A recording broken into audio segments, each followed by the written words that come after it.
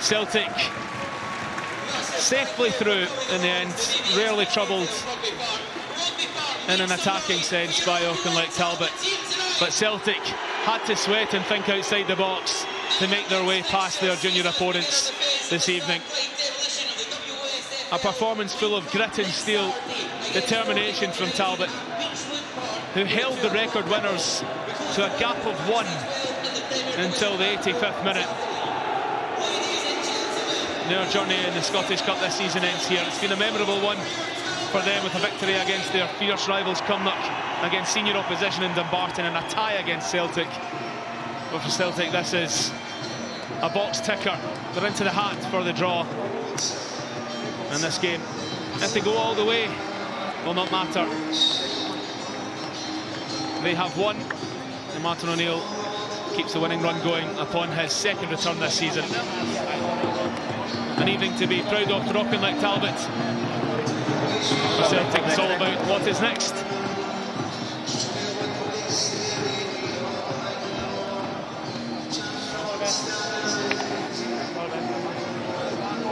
I wonder how Tommy Sloan and his boys will reflect on this, Mikey, but for Celtic, I wonder if it was much harder than they might have anticipated.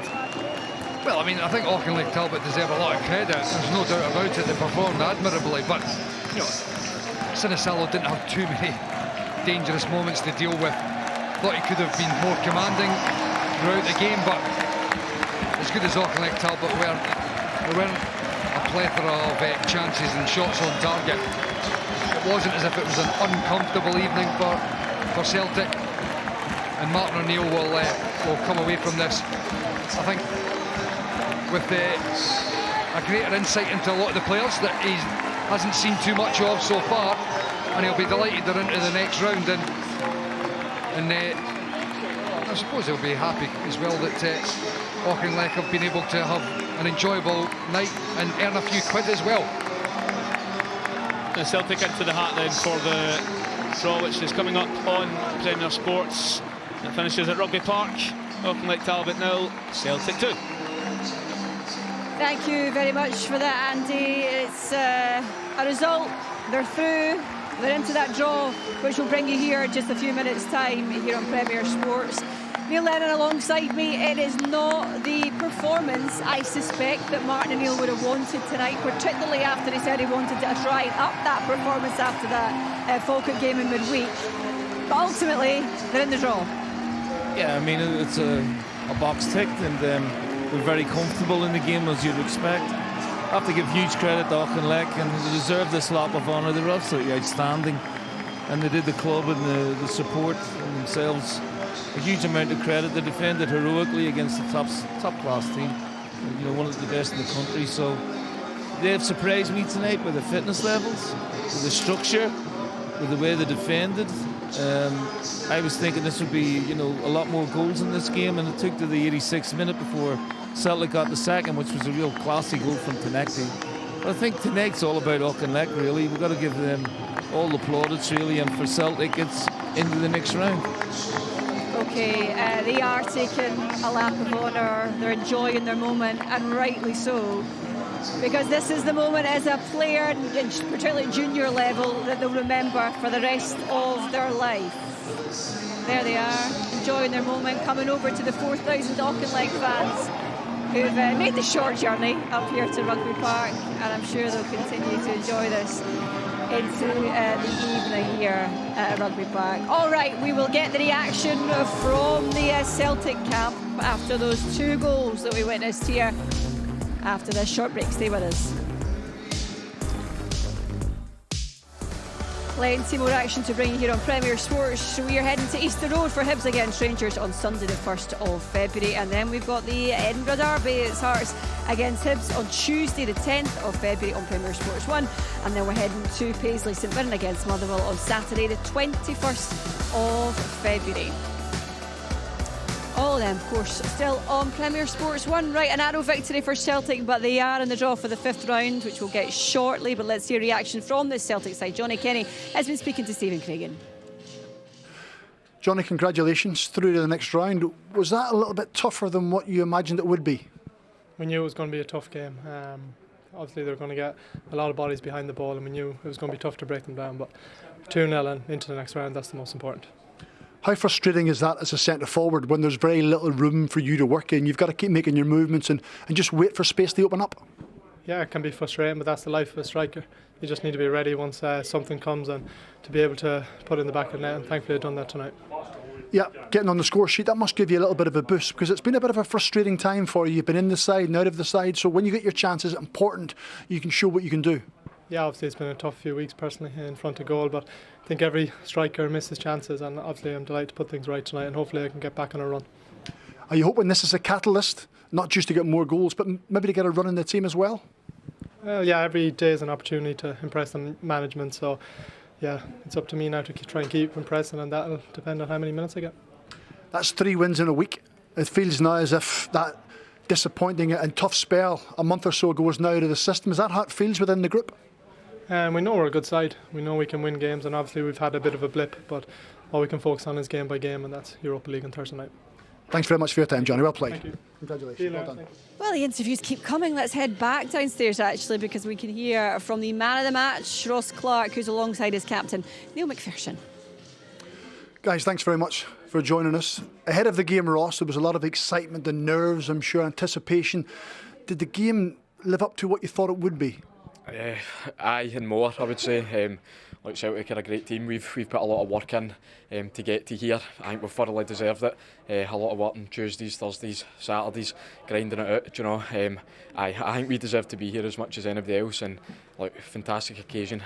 Proud of all the boys today. Worked our backsides off to get here, and brilliant.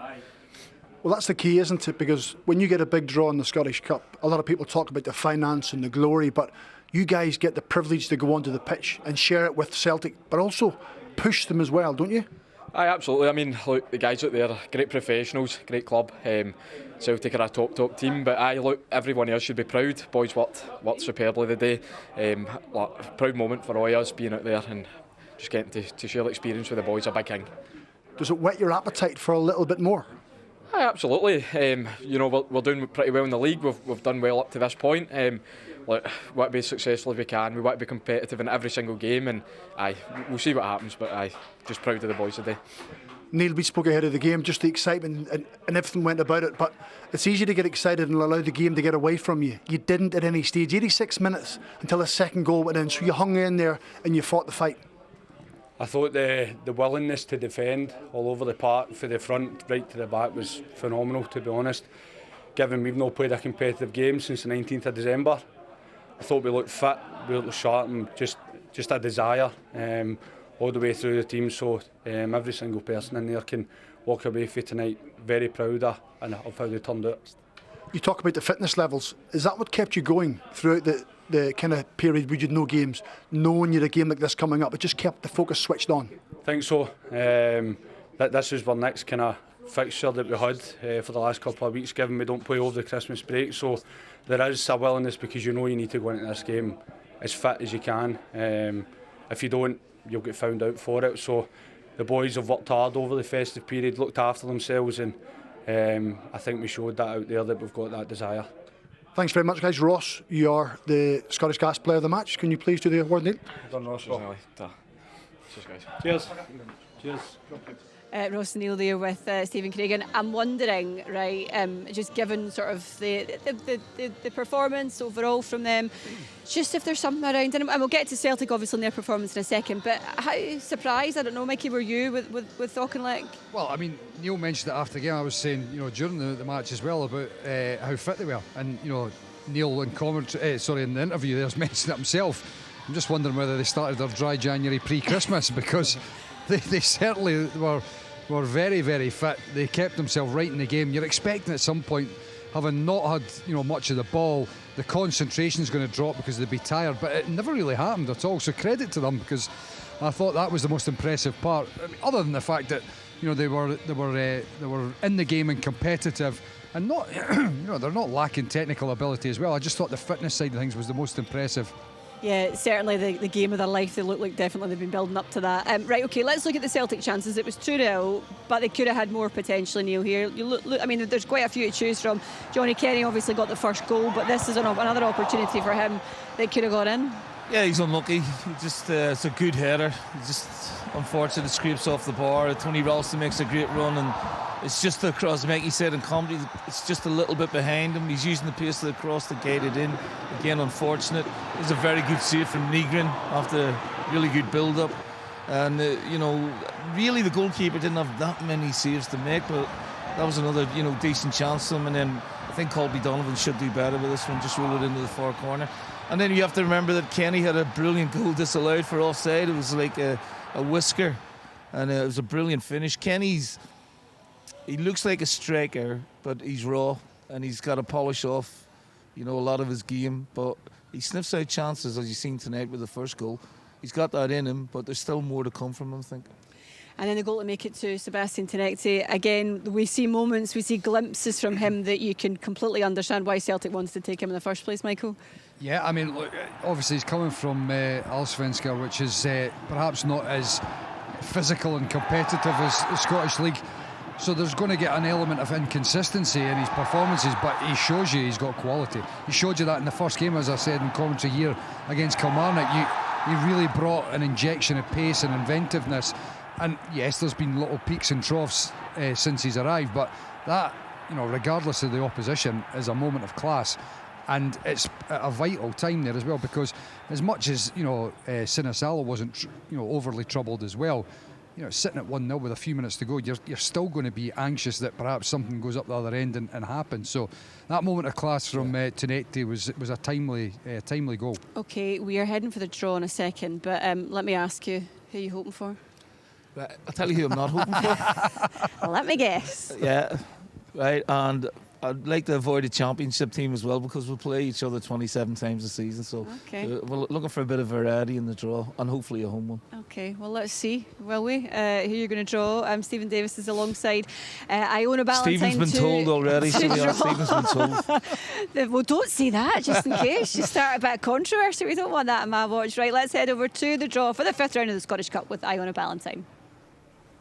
Thank you, Connie. Very good evening to you, and welcome to the draw for the 5th round of the Scottish Gas Scottish Cup for the 2025-26 season. Now, it's certainly been a dramatic weekend of action. Dunfermline Athletic knocked out Hibs, Falkirk beat Hearts on penalties, and Stenhousemuir thumped Greenock Morton. Now, we are live here from Rugby Park. I'm delighted to be joined by former Rangers captain Stephen Davis. It is quite a lot happened this weekend, plenty of goals, plenty of penalty shootouts. What was your tie of the weekend? Yeah, it was a great weekend of fixtures, what the Cup's all about, and I think the standout for me was probably Dunfermline obviously beating Hibs. It was a bit unexpected, a shock, and also Falkirk obviously against the current league leaders Hearts and going through, so it was a great weekend of sport. Now, you did win this Cup 3 times with Rangers. Do you have a moment that lives on in your memory that you can recall? Yeah, fortunate to win it 3 times, you say. Great memories. Obviously, I won it in my first year, and it was my last trophy I won as well. So I think probably the last one being against Hearts, going to extra time off the back of obviously getting beaten in Europa League final, the disappointment of that, to come away then at the end of the season on a high and get your hands on the trophy was really special. All right, very special indeed. Well, let's take a look at the numbers for the teams in the draw tonight. Aberdeen there, number 1. They booked their place in the last 16 earlier. Celtic, number 3, who just booked their spot tonight. Dunfermline Athletic, as we heard, a huge victory for them this weekend. Number 6, Rangers. Number 12, your old team, Stephen. And Stenhousemuir, number 14, again with a huge victory on Saturday. Well, let's get to it for the draw, the moment we have all been waiting for. Stephen, would you like to do the honours? Take it away. Please do. So the first tie, number 1, Aberdeen with a home tie. The current holders, they beat Celtic on penalties last season. They will face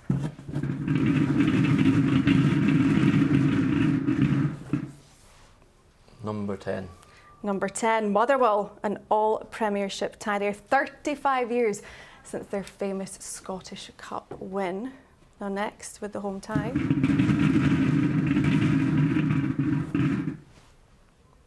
Number 2. Number 2, Airdrie.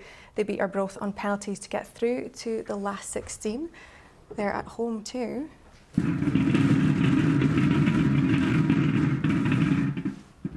Number 13. Number 13, St Mirren. They've already won the Premier Sports Cup this season.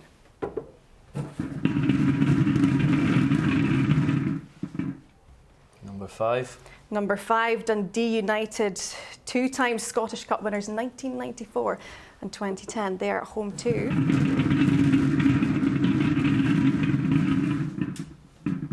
Number 16. Number 16, the Spartans, the only Edinburgh side left in the Scottish Cup.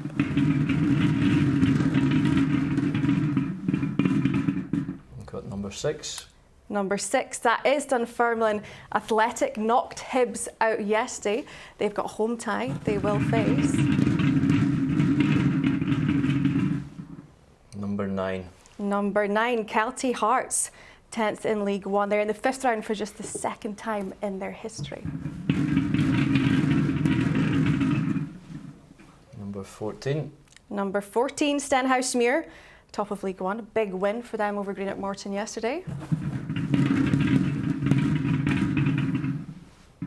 Number 8. They will face Falkirk, who knocked Hearts out on penalties last night. Just a few ties left. Number 12. Number 12, Rangers, your former side, the first team who went through on Friday night. They have a home tie. Number 15.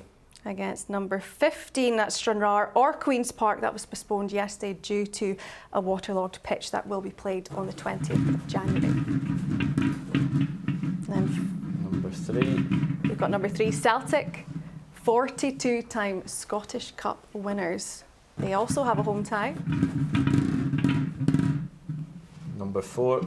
Against number 4, Dundee. Manager Stephen Presley has won this competition as a player with 3 different clubs.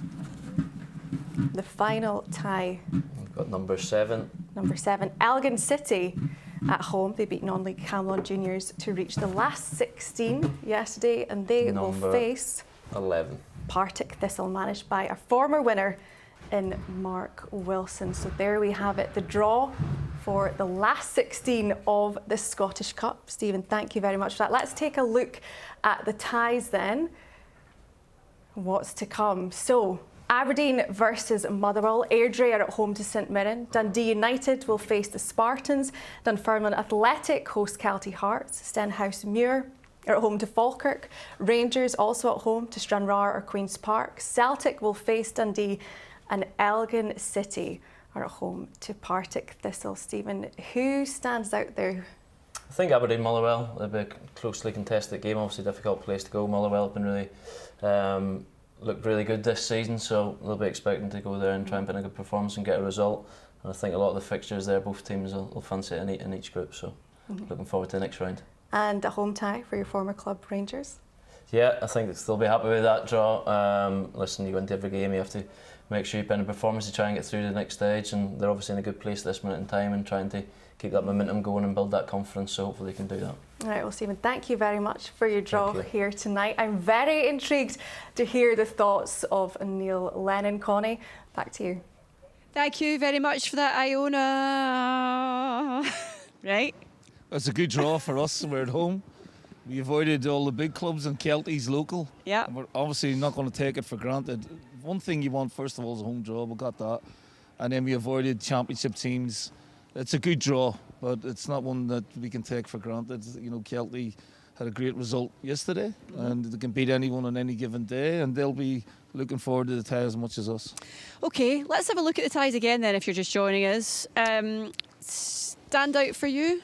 Well, I mean, obviously at this stage you're looking for potential derbies like Dunfermline against Kelty, and the one right below it as well, Stenhousemuir, Falkirk. You know, teams that are not in the same league as each other, but that local rivalry. So I think the two that are right there in the middle, Dunfermline against Kelty and Stenhousemuir against Falkirk. I think Stephen Davis was talking about Aberdeen Motherwell. That'll be very interesting to see what happens, whether Aberdeen have got a manager in place at this point and up against a very strong Motherwell.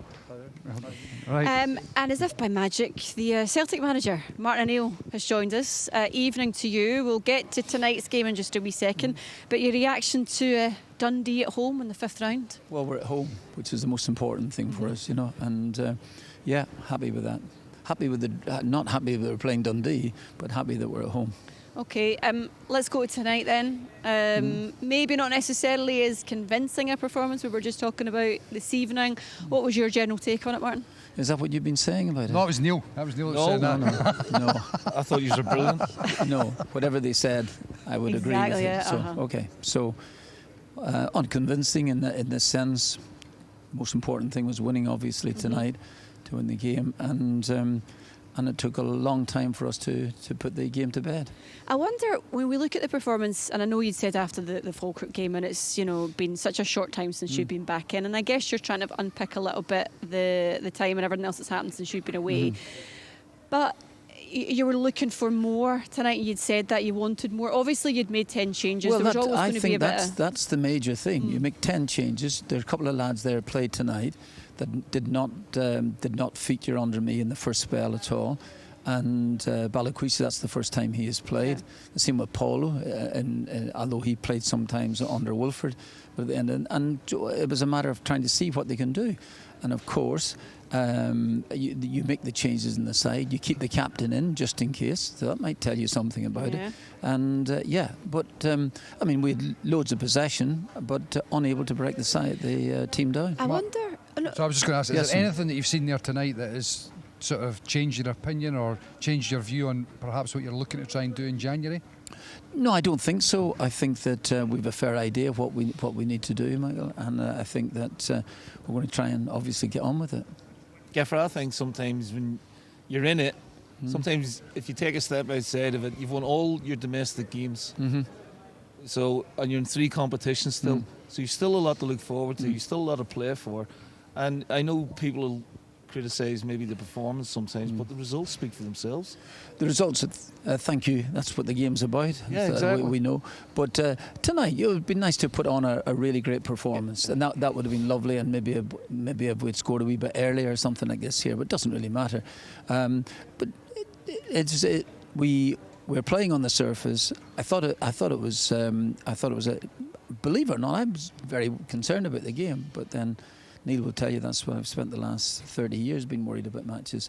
But it was nice to win. We should have played much better. And getting back to your point, Michael, I'm not so sure that I've learned much more than I knew before. I wonder, when you've got such a big week coming up with Bologna, of course, and then in Hearts away on Sunday, whether or not you were sort of torn a little bit about the team you might put out for tonight, because on one hand, I guess you want to make sure that you don't pick up any unnecessary injuries, but also you want to keep building on a little bit of momentum from the team that you had on Wednesday. Yeah, that's true, and I think we have, and I think winning builds up momentum as much as anything else. It's. I felt tonight, I wasn't wildly surprised. I was hoping that we would perform a bit better, but I wasn't really wildly surprised about the way that the game might go. And after half an hour in the match, you're looking to think, well, we're going to have to try and break this team down. We're going to have to think a wee bit, maybe, if there's such a thing in this life as a plan B. I've never known what that was, but at the end of the day, if there was something like that. But you go in and Seb comes on in the second half, shows a little bit of quality down the left-hand side for us. And that's sometimes what you need, some quality. How happy were you? You're obviously talking about your slight sort of concern about the game and how it was unfolding. How happy were you to finally see Tonekti scoring that second goal and just putting the game to bed? Yeah, that's true. I wish it had happened about 15 minutes earlier. It'd been a lot. I would have felt a lot better about it. But he has that ability to do that. When he comes inside, the only other time I reminded him, the only other time that he has gotten inside and got a shot off, which when he should have scored, was against St Mirren away on Saturday night, away back in was it my first spell or 15th spell here? I'm not wildly sure, but overall, that's what he can do. But sometimes you have to get the ball when you're coming inside. You have to get the ball out of your feet a wee bit more quickly. But that was a lovely goal. It was really nice, and it settled the game. But some of them have got minutes in their legs tonight, and you might need them, Gaffer, later on down the line. Of course, Absolutely, you've got it. You should be a manager. Are you going to need them this week? Because I know that, I mentioned it earlier, Bologna Hearts. What's your sort of general feeling about it's a huge week? No, it is a huge week, and this is the first part of it, and that was the most important thing. We won tonight, and we were expected to win, and we did it. And we didn't play with phenomenal panache, but I'm not wildly sure about that. But anyway, okay, we've won the game. And now move on. And Bologna now is a big match for us before Hearts game. I know that you dread this question. I know you dread it. You said it so many times already. But we're in January. I've got to ask you, are you any closer to any business being done compared to when we spoke to you before the game and also yesterday in your pre-match press conference? Well, you're right about it. I do dread this question. And we are making some progress, and hopefully we will get the players in before the end of the season. Thank you. Thank you. And season, do you mean winter? Winter and spring. I'm only kidding. I know. Listen, good luck for this weekend. Thank you for that, and thanks for coming over to talk to us when it's the weather's a bit rubbish. But no, it's always nice to talk to the three of you. Really nice. Martin Neal, the Celtic manager. Thank you for that. It is a hugely important week. I'll let you go, Martin, and get organised. Yeah, you can leave that there. Right. Thank you for that. It is a hugely important week for him. You've been in this movie before, trying to juggle a Celtic team on all different fronts, especially in. I know he's joking about it. He's loving it. He'll be relishing this week. Big game in Italy. He'll be relishing that, and then obviously a huge game in the title race at the weekend. And I think he needs players in. I think he will demand that. Not demand it, but I think he's made it clear, what he wants from the board, and I'm sure the board will back him this week and get the players that he wants in, and it'll be his players. It won't be Paul Tidsdale's. It won't be Wilfred Nancy's, because that's had to change since Martin's come in, and now he's going to bring in the players that he wants, whether it be loans, whether it be signings, to get Celtic over the line for the season. Put it this way, you would far rather back a Martin O'Neill when it comes to identifying somebody than the people that have been in the building previously. The concern will be though that everybody talks about how difficult January is, and you're having to do business pretty much on the hoof here because Martin O'Neill's only just back in the door. Are they going to be able to get that business done quickly enough? That's not a given. So yes, it's a huge improvement to have somebody like Martin O'Neill back at Celtic, but are they going to be able to get that business done? It's not an easy one. It's a huge week or so coming up for Celtic to make sure they can get that. OK, I'm sure we'll continue this conversation in just a second. It was a narrow victory for Celtic over junior side Auchinleck Talbot. We'll find out exactly how they're feeling. We'll get reaction from the Auchinleck Talbot camp after this short break. Stay with us. Welcome back to Rugby Park. It wasn't their night tonight, but let's hear what their manager has had to say. Auchinleck's Tommy Sloan is with Stephen Craigan. Tommy, now the game is settled, how do you reflect on what you've just watched from your team? Look, delighted with the effort of the boys, stuck at it for long periods. Look, I'm no surprised we hadn't played for 4 weeks, so look, we'd like to be a wee bit more adventurous at times, if I'm honest with you, but look, the effort's absolutely different class, so I'm delighted with it. So you must have had a game plan. I'm guessing you've worked on that the last 3 or 4 weeks to try and frustrate at Celtic and possibly catch them on the counter-attack. You had a few moments and maybe just at times picked the wrong pass or took that wrong touch, but you certainly can't criticise your players. Oh no, not at all. No. Look, as I say, fantastic effort of them. And look, the game plan, of course, we've got to surrender possession for long periods and make it count when we can. Look, we had a few, but just didn't have that wee bit of last quality of the day. And I'm no surprised with the effort that we're putting in. There was plenty of compliments with regards to the fitness levels of the players. Clearly you're driving that as much as you can, but the players have to be professional themselves. And for all the hard work and dedication they've put in, they get the reward. The 86 minutes until Celtic get the second goal, that tells a tale. Aye, and what a goal it was as well. Look, it was a bit of quality for the substitute boy, Taneki, isn't it? Aye. So, look, I'm no surprised. Look, we've been through a wee period lately. We had a wee dip off. We were doing well this season to the last few games. and then we've dipped off a wee bit, but they've come back strong today, so I'm really pleased, Dan. You must be super proud of everybody around the club, how they've came together in the last 6 or 7 weeks and really drove the club forward, and a word for the fans who turned out in huge numbers. Fantastic for the fans. They turned out after all the nonsense about playing at home. But look, to everybody concerned at the club, I'm delighted for them especially, the committee and the fans as well. Tommy, thanks very much for your time. Well done tonight. Tommy Sloan there. Without being condescending, right, this is a hugely important night for those players, for him. I wonder what you take from nights like this when you might think I might never get an opportunity like this again. Look, let's put this into perspective. This is a junior team playing against Celtic, and they performed brilliantly. Probably beyond, certainly, my expectations, Connie. And Michael touched on the fitness levels earlier. You know, to go 90 minutes and only concede 2 goals against a team of this quality, I think it's a remarkable achievement. What they will learn is, you know, they'll play against players who play with speed and quality. They may not get to that level, but, you know, that's the level that they want to strive for. They may never get there, but they've seen it close up and personal, and how they move the ball, how rotations, whatever you want to call it, how good the players they've played against that they'll never play against again. They want a day off tomorrow as well, I'm assuming. I mean, look, just reiterating exactly what Neil said there, there's loads for them to take out of the game. For the manager as well, we spoke about before the game, he'll been having sort of dreams, thinking potentially they could have pulled off an upset. Realistically, waking up and knowing it's not going to happen, that's as good as they could have expected. It really was. The players themselves feeling like they've performed really well against one of the best sides in the country. Brilliant from them. Okay, right, we've got more action to bring you here on Premier Sport. La Liga is the order of the day. Real Sociedad against Barcelona is live right now on Premier Sports 2. You can join us there if you fancy. For you this weekend, St Johnstone? Big game, yeah, tough game. So they're coming thick and fast. So, yeah, probably the best team in the league so far, and looking forward to it, but a really stiff challenge for us. Yeah, we look forward to it. Thank you so much for your time tonight. Always good to have you with us. And for you as well, Michael Stewart, thank you very much. And to you at home for watching. Good night.